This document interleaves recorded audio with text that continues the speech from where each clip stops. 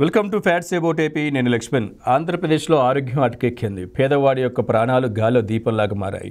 పెద్ద రోగం వస్తే ప్రైవేట్ హాస్పిటల్లో బీపీఎల్ ఆరోగ్యశ్రీ కార్డు ద్వారా ఏదన్నా వైద్యం చేయించుకోవాలంటే మల్టీ స్పెషాలిటీ హాస్పిటల్స్ చేతులు ఎత్తేసిన పరిస్థితి అయితే ఉంది. ఎందుకంటే నెట్వర్క్ హాస్పిటల్గా ఉన్న ప్రైవేట్ హాస్పిటల్స్ మొత్తం ఇప్పుడు చేతులు ఎత్తేసిన పరిస్థితి. ఎందుకంటే వాళ్ళకి గత ఏడాదిన్నరగా 1250 కోట్ల రూపాయల బిల్లులు బకాయి ఉన్నాయి. అవి చెల్లించాలని చెప్పి పోయిన నెలలో కూడా ప్రభుత్వం చర్చలు జరిగినప్పుడు చెల్లిస్తామని చెప్పి మభ్యపెట్టి వారితో వైద్యం చేయించుకున్న పరిస్థితి. నెల గడుస్తున్న అక్కడి నుంచి ఎటువంటి బిల్లులు రాకపోవడంతో నెట్వర్క్ హాస్పిటల్స్ యాజమాన్యం మొత్తం ఈ రోజు నుంచి వైద్యం ఆపేస్తున్నట్టుగా, పూర్తి స్థాయిలో ఆపేస్తున్నట్టుగా ప్రభుత్వానికి అల్టిమేటం జారీ చేసిన పరిస్థితి అయితే ఉంది. ఎందుకు జగన్మోహన్ రెడ్డి గారు ఇటువంటి ప్రజలకు ఇటువంటి దుస్థితి పట్టిస్తున్నాడు? కనీసం పేదవాడికి వైద్యం చేయించడానికి కూడా డబ్బులు లేవా? 15వ పంచవర్ష ప్రణాళిక నిధులు, 15th ఫైనాన్స్ నిధులు దాదాపు 550 కోట్లు కేంద్రం విడుదల చేస్తే 25 కోట్లు వైద్యానికి ఖర్చు చేసి చేతులు దులుపుకున్న పరిస్థితి అయితే ఉంది. అయితే మిగతా 525 కోట్లు ఎటువైపు వెళ్ళాయి? దేనికి మరలించారు? పేదవాడి వైద్యానికి ఖర్చు పెట్టాల్సిన డబ్బులు, కేంద్రం ఇస్తున్న డబ్బులు కూడా ఆయన చిక్కటి చిరునవ్వుతో కూడిన ఒక ఫోటో వేసుకొని ఆయన ప్రచారం చేసుకుంటారు. పెట్టే నిధులు తక్కువ, ప్రచారం ఎక్కువ అన్నట్టుగా ఇప్పుడు ఆంధ్రప్రదేశ్ వైద్య శాఖలో కనిపిస్తున్న పరిస్థితి అయితే ఉంది. ఇటు చూసుకుంటే గ్రామీణ స్థాయిలో ఉన్న పిహెచ్సిలో కూడా కనీసం మందు బిల్లలు లేవు. జ్వరం వస్తే టెస్టులు చేయించుకోవడానికి కిట్లు లేని పరిస్థితి అయితే ఉంది.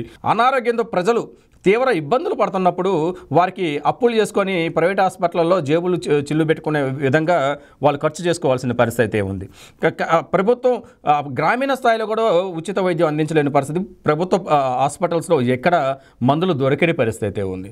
గతంలో 2014 నుంచి 2019 వరకు దాదాపు 12 లక్షల మందికి లబ్ధి చేకూరే విధంగా, వారి ఆరోగ్యాలను కాపాడే విధంగా ఓపెన్ హార్ట్ సర్జరీ అయితే, కిడ్నీ మార్పులు అయితేనే దాదాపు 5,550 కోట్ల రూపాయలు పెద్ద ఎత్తున ఖర్చు పెట్టి పేదలను ఆదుకున్న పరిస్థితి అయితే ఉంది.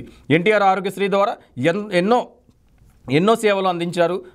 ఎటువంటి రిమార్క్ లేకుండా పేదవాడికి వైద్యం అందిన పరిస్థితి అయితే ఉంది. కానీ జగన్మోహన్ రెడ్డి ఇలాకాలో ఈ 4 ఏళ్లుగా పేదవాడి యొక్క ఆరోగ్యంతో జగన్మోహన్ రెడ్డి విధానాలు చెలగాటమాడుతున్న పరిస్థితి ఉంది. ప్రభుత్వ ఆసుపత్రిలో వైద్యం ఫ్రీగా దొరకటం కానీ, కిట్లకి ఏదైనా పరీక్షలకి కిట్లు కానీ అందుబాటులో లేని పరిస్థితి అయితే ఉంది.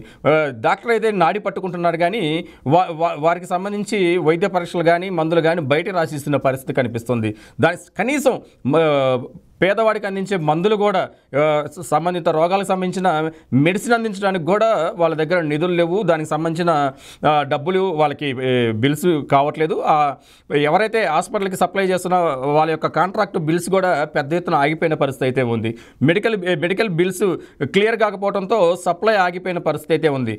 దాదాపు అన్ని పిహెచ్సిలతో పాటు ప్రధాన ఆసుపత్రుల్లో మందులు దొరకని పరిస్థితి అయితే ఉంది. పోనీ ప్రభుత్వ ఆసుపత్రుల్లో మందులు దొరక్క వైద్యం అందకపోతే ప్రైవేట్ హాస్పిటల్లో చూపించుకుందాం అనుకున్నా కానీ ఈ నెట్వర్క్ హాస్పిటల్స్ మొత్తం స్ట్రైక్ చేస్తున్న పరిస్థితి. ఎందుకంటే దాదాపు 1200 కోట్ల రూపాయలు వాళ్ళకి సంబంధించిన బిల్స్ ఆపేసిన పరిస్థితి అయితే ఉంది.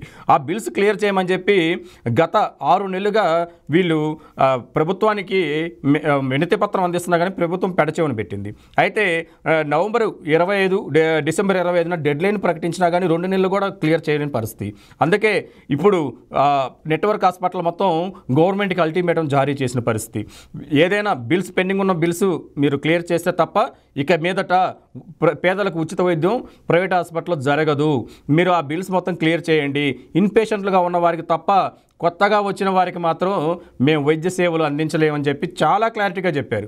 ఎందుకంటే వాళ్ళు బిల్స్ క్లియర్ చేయకపోతే వాళ్ళు కూడా బోర్డు మార్చుకొని ఉచితంగా ప్రభుత్వ వైద్యం అందించబడను అని చెప్పి ఒక బోర్డు పెట్టుకోవాలి. ప్రభుత్వ వైద్యశాలగా బోర్డులు మార్చుకోవాలి. స్వచ్ఛందంగా వాళ్ళు అందరికీ, వచ్చిన వాళ్ళందరికీ వైద్య సేవలు చేయాలి. అట్లా ప్రైవేట్ హాస్పిటల్ ఆలోచించిన పరిస్థితి. వాళ్ళు కట్టుకున్న హాస్పిటల్స్, వాళ్ళు పెట్టుకున్న ఎక్విప్మెంట్స్, వాళ్ళు చదివిన చదువులు ఇవన్నీ ఉచితంగా రాలేదు. ఉచితంగా చేయడానికి కూడా అవకాశం లేని పరిస్థితి.